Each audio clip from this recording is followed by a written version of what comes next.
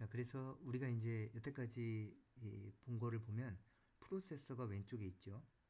왼쪽에 위상적으로 그냥 그린 겁니다. 그 프로세서가 있고, 그리고 메인 메모리가 있었죠. 메인 메모리가 있었고, 그리고 그 주변 장치가 있었습니다. 이 주변 장치는 이제 디스크라든지 뭐 그 여러 가지 디스플레이라든지 뭐 네트워크라든지 뭐 여러 가지가 있을 수가 있습니다. 사실. 근데 가장 직접적으로는 디스크가 있겠죠. 그러면 프로세서하고 메인 메모리하고 주변 장치 이렇게 위치가 돼 있었는데 실제로 프로세서가 가장 빠릅니다. 그리고 이 주변 장치가 가장 느리죠. 그래서 여기 오는 데이터를 메인 메모리에다가 저장해서 그 프로세서에게 이제 공급해 주게 됩니다. 그런데 메인 메모리가 충분히 비싼데도 불구하고 프로세서를 따라주지 못합니다. 그래서 이 가운데다가 캐시라는 걸 둡니다. 캐시. 이 캐시의 역할은 한마디로 얘기하면 지역성에 있습니다. 요거는 뒤에서 제가 이제 설명을 강의 중에 할 겁니다. 그래서 이제 그때 자세히 배우시도록 하고 간략히 얘기하면 뭐냐면 그 프로세서에서 이제 메인 메모리에다가 주소를 주고 그 주소 안에 있는 데이터를 읽어오게 할 텐데 그 데이터를 이 캐시에다가 저장해 놓는 겁니다. 그러니까 프로세서에서 한번 메모리에 접근하고 나면 그 내용이 있을 거 아닙니까? 접근한 내용이 그게 여기 캐시에 저장이 되게 됩니다. 그래서 두 번째 접근할 때는 메인 메모리까지 가지 않고 캐시에서 읽어갑니다. 이런 메커니즘을 가지고 있습니다. 그럼 이게 왜 이득이 되느냐? 그 이득은 이렇습니다. 메인 메모리보다 더 빠르게 값비싼 메모리입니다. 캐시는. 그래서 보통은 표현하기를 메인 메모리보다 10배 빠릅니다. 그렇지만 비싸겠죠? 이렇게 구성해 놓고 메인 메모리에서 한 번 접근했던 거를 캐시에다 남겨놓는 겁니다. 어느 정도까지만 남겨놓는 겁니다. 그러면 그 다음부터 프로세서는 캐시의 속도로 그 데이터를 접근할 수가 있는 겁니다. 그렇게 되겠죠? 그러면 전부는 아니지만 어느 정도는 속도를 보상해 줍니다. 프로세서가 요구하는 속도를 보상해 줍니다. 메인 메모리에 넣는 속도가 아니라 그 메인 메모리에 있는 것이 캐시로 프로세서에서 한 번 읽혀가서 캐시에 저장되어 있는 거면 만약에 10번을 접근한다 그러면 9번은 굉장히 빠르게 캐시로부터 읽어갈 수가 있는 겁니다. 그런 장점을 위해서 캐시라는 장치를 두게 됩니다. 그래서 이제 이 위상이 프로세서가 있고 캐시가 있고 메인 메모리가 있고 주변 장치가 있고 이렇게 4개의 계층으로 또 구성이 될 수가 있겠습니다. 메인 메모리에서 메모리 매핑이 있습니다. 그래서 그 이 메모리 매핑이라는 건 뭐냐면 매핑, 펑션을 얘기하는 거예요. 함수, y는 fx, x를 y로 사상한다. y equal fx 이제 그런 의미인데요. 논리적인 주소를 그 물리적인 주소로 바꿔주는 것을 의미합니다. 우선 요 메인 메모리에 대한 사항들은 이렇게 정리하면 좋을 것 같습니다. 그리고 메모리 속도는 접근 시간과 사이클 시간으로 이제 표현이 되는데 아마 이것도 컴퓨터 구조랑 연관이 되어 있기 때문에 그 관련된 사항들을 좀 찾아보셔서 좀 자세히 공부해 보시기 바라겠습니다. 자, 메모리 중에 보조 기억 장치가 있었습니다. 보조 기억 장치. 이 보조 기억 장치는 주변 장치 중에 프로그램과 데이터를 저장하는 그 하드웨어 장치가 되겠습니다. 그래서 요거를 우리가 2차 기억 장치, secondary storage 또는 외부 기억 장치라고 합니다. external memory device라고도 합니다. 그래서 2차 기억 장치, 외부 기억 장치. 우리가 흔히 알고 있는 그 디스크 있죠. 하드 디스크. 그런 게 이제 외부 기억 장치, 2차 기억 장치 이렇게 보시면 되겠습니다. 자기 디스크라든지 CD-롬, 광 디스크, 그다음에 자기 테이프. CD-롬까지는 여러분 많이 알죠. 자기 테이프는 아마 경험을 못 해봤을 텐데, 사용을 못 해봤을 텐데, 자기 디스크, 우리가 이제 주로 하드 디스크를 이제 자기 디스크라고 해서 많이 사용하곤 합니다. 시스템 버스는 시스템 내에서 데이터를 전송하는데 사용되는 그런 그 하드 와이어드 된 그 통신 시스템이다. 그래서 그 칩과 칩 사이에 연결을 해서 그 서로 소스에서 데스티네이션까지, 그러니까 보내고자 하는 곳에서 받는 곳까지 이렇게 경로를 설정해 줘 가지고 시스템 버스는 하드웨어를 물리적으로 연결해서 서로 데이터를 주고받을 수 있게 하는 통로다. 그래서 이 버스를 통해서 결국은 데이터를 주고받게 됩니다. 컴퓨터 내부에 이제 다양한 신호들이 있을 텐데, 이러한 신호가 어떤 신호가 있냐면 데이터 입출력 신호. 그러니까 사람들, 사용자가 생각하기에 데이터라고 생각되는 것, 그것을 입출력하는 신호가 있고, 그 다음에 프로세서 상태 신호. 이것도 상태 신호의 형태로 이제 존재하는 거죠. 그리고 인터럽트 요구와 허가 신호, 뭐 이런 신호라든지 클럭 신호, 이런 것들을 시스템 버스로 전달하는 역할을 해주게 된다. 이렇게 보면 됩니다. 결국은 어떤 한 라인으로 5볼트를 보낼 것이냐, 디지털 시스템이기 때문에 5볼트를 보낼 것이냐, 0볼트를 보낼 것이냐, 이제 그것의 차이로 인해서 그런 차이를 이용해서 데이터를 전달하게 되는데, 결국 이제 버스 위에서는 5볼트나 0볼트가 있게 됩니다. 그래서 5볼트는 1로, 0볼트는 0으로 로지컬하게 이렇게 표시가 되는데, 그걸 이제 전송하는데, 그게 만약에 그 1과 0의 신호가 데이터 입출력을 위한 것이다 그러면 데이터 입출력 신호가 되는 것이고, 그리고 프로세서 상태를 보내는 것이다 그러면 프로세서 상태가 상태 신호를 보내는 것이 되는 겁니다. 그러니까 결국은 1 또는 0 로지컬하게 이것을 보냅니다. 그건 물리적으로 뭐냐면 5볼트 또는 0볼트로 인식되는 그 볼티지입니다. 그런데 그거의 뭉치를 데이터 입출력하는 데 쓰느냐, 프로세서 상태를 보내는 데 쓰느냐, 인터럽트 요구와 허가 신호를 보내는 데 쓰느냐, 클럭 신호로 보내는 데 쓰느냐 하는, 이제 그렇게 이제 구분이 돼서 사용이 되게 됩니다. 그래서 이제 기능에 따라서 데이터 버스다, 주소 버스다, 제어 버스다, 이렇게 이제 구분을 하게 되는데, 오른쪽에 있는 그림에서 보는 것처럼 이게 이제 제어 버스다. 그러면 유리로는 제어 신호만 보내는 겁니다.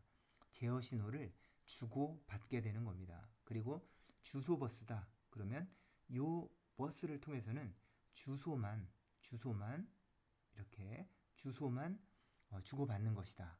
이게 이제 주소 버스가 있고, 데이터 버스는 데이터만 주고받는 것이다. 그러면 이 제어는 뭐고 주소는 뭐고 데이터는 뭐냐? 이거는 사용자 입장에서 내가 데이터를 보낸다 그러면 데이터고, 주소를 보낸다 그러면 주소입니다. 그리고 제어 신호를 보낸다고 하면 제어가 되는 겁니다. 그러나 하단 부분으로 가면 실제로 이 버스들은 0과 1을 전달하는 메커니즘으로 되어 있다. 그런 통신 장치로 되어 있다.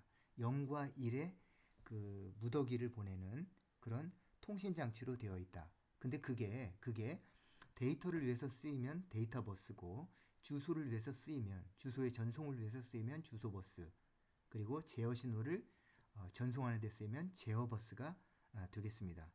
그래서 정리를 해보면 시스템 버스의 종류, 데이터 버스, 프로세서와 메인 메모리, 주변 장치 사이에서 데이터를 전송합니다. 그 데이터는 뭘로 이루어졌을까요? 0과 1로 이루어져 있습니다. 그러니까 버스는 0과 1을 전송할 수 있는 시스템입니다. 데이터 버스를 구성하는 배선수는 프로세서가 한 번에 전송할 수 있는 비트 수를 결정합니다. 이를 워드라고 합니다. 예를 들어서 CPU하고 메모리 사이에 데이터를 오가는 게 데이터가 32비트로 구성되어 있습니다. 그러면 32비트 CPU인 겁니다. 그렇게 이제 특징 지어지는데 지는 것으로 생각해 볼 수가 있겠습니다. 그리고 주소 버스다 그러면 프로세서가 시스템 구성 요소를 식별하는 주소 정보를 제공할 때 이제 사용되는 버스가 되겠습니다. 주소 버스를 구성하는 배선수는 프로세서와 접속할 수 있는 메인 메모리의 최대 용량을 결정하게 됩니다. 이거는 나중에 우리가 뒤쪽에서 그 비트 수에 대한 접근은 하게 되겠습니다. 다음에 제어버스는 프로세서가 시스템의 구성 요소를 제어하는 데 사용하게 됩니다. 그래서 제어 신호를 보내는데 사용되는 버스를 이야기합니다. 제어 신호로 연산 장치의 연산 종류와 메인 메모리의 읽기 쓰기 동작을 결정하게 되겠습니다. 그래서 시스템 버스는 이렇게 데이터와 주소와 제어 신호를 보내는 것으로 이렇게 구분해서 설명할 수가 있겠습니다. 다음으로 주변 장치입니다. 주변 장치. 프로세서와 메인 메모리를 제외한 나머지 하드웨어 구성 요소다. 나머지 하드웨어 구성 요소를 이야기합니다. 그래서 크게 입력 장치, 출력 장치, 그리고 저장 장치로 구분이 됩니다. 입력 장치는 컴퓨터에서 처리할 데이터를 외부에서 입력하는 장치. 어떤 게 있겠습니까? 키보드 같은 거, 마우스, 그죠? 그리고 뭐 카메라 이런 것들이 입력 장치가 되겠습니다. 그리고 출력 장치는 입력 장치와 반대로 출력할 때 쓰는 겁니다. 뭐 디스플레이, 그러니까 모니터에 디스플레이하는 디스플레이라든지 아니면 프린터로 출력할 수 있게 하는 장치. 그게 이제 출력 장치가 되겠죠. 그 다음에 이제 저장 장치는 메인 메모리와 달리 거의 영구적으로 데이터를 저장합니다. 그래서 이 저장 장치는 입출력 장치로서의 저장 장치는 영구적으로 데이터를 저장하기 때문에 파워를 꺼도 데이터를 보존하고 있습니다. 우리 하드디스크가 그렇죠. 컴퓨터를 꺼도 저장되어 있다가 컴퓨터를 키면은 다시 읽어드릴 수 있는 그런 상태가 되죠. 그러나 램 같은 건 어떻습니까? 그 컴퓨터를 끄게 되면 램에 있는 모든 정보는 날아갑니다. 네, 그렇게 구성이 되겠습니다. 그 데이터를 입력해서 저장한 데이터를 출력하는 공간이므로 입출력 장치에 포함하기도 합니다. 입출력이 동시에 이루어지는 장치다. 이렇게 보면 되겠습니다.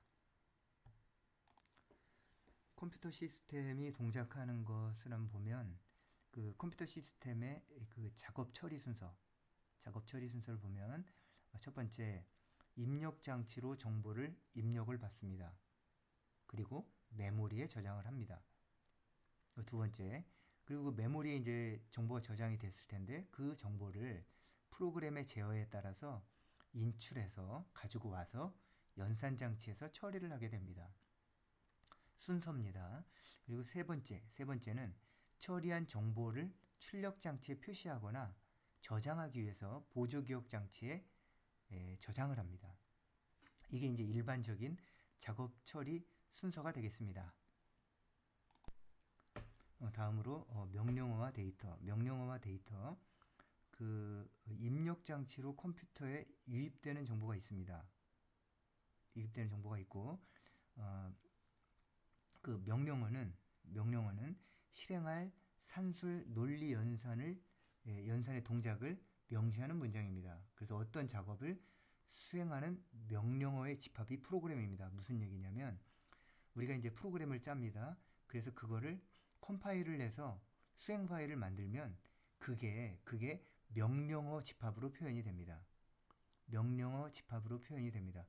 그래서 이런 그 명령어 집합으로 표현이 되는데 그 명령어 집합은 대부분의 경우에 어떤 처리를 갖냐면 실제로 입력 장치로 컴퓨터에 유입되는 정보를 우리가 프로그램을 수행함으로 인해서 명령어가 실행돼서 유입되는 정보를 처리하게 됩니다. 그래서 이 명령어와 데이터라는 거는 어떤 명령어는 대상되는 데이터가 있습니다. 그래서 실제로 어떤 데이터를 처리하기 위해서 그 순서대로 그 컴퓨터 명령어로 구현해 놓은 것이 그 프로그램이 되겠고 그 프로그램을 구성하는 게 이 명령어가 되는 겁니다. 그러니까 컴퓨터 내에서는 CPU가 명령어를 수행하고 그리고 메모리에 저장된 데이터를 처리한다. 뭘 통해서? 명령어를 통해서. 이렇게 이해하시면 되겠습니다. 그리고 프로그램은 컴파일러 등을 이용해서 0과 1의 이진화된 기계 명령으로 변환해야 컴퓨터가 이해할 수 있다. 아마 그 1학년 때 경험했을 겁니다. C 언어로 프로그램을 짜고 또는 파이썬으로 프로그램을 짭니다. 프로그램을 짜게 되면 그거를 컴파일 시키거나 인터프리팅을 시킵니다. 우선 컴파일러의 예를 통해서 설명을 해보면 C 언어로 프로그램을 하이레벨 랭귀지로 짭니다. 이 하이레벨 랭귀지는 컴퓨터에서 수행할 수가 없습니다. 왜냐하면 컴퓨터는 이걸 해석할 수가 없거든요. 기계가, 하드웨어가 그렇습니다. 그러면 이 C 언어 프로그램을 C 컴파일러가 컴파일을 해서 수행 파일을 만듭니다. 이 수행 파일은 컴퓨터에서 수행할 수 있는 기계 명령어의 셋으로 되어 있습니다. 그러니까 하이레벨 랭귀지로 프로그램을 짜서 컴파일을 하면 이진화된 프로그램이 됩니다. 이거는 0과 1로 이진화된 기계 명령어로 구성이 됩니다. 이렇게 이해하시면 되겠습니다.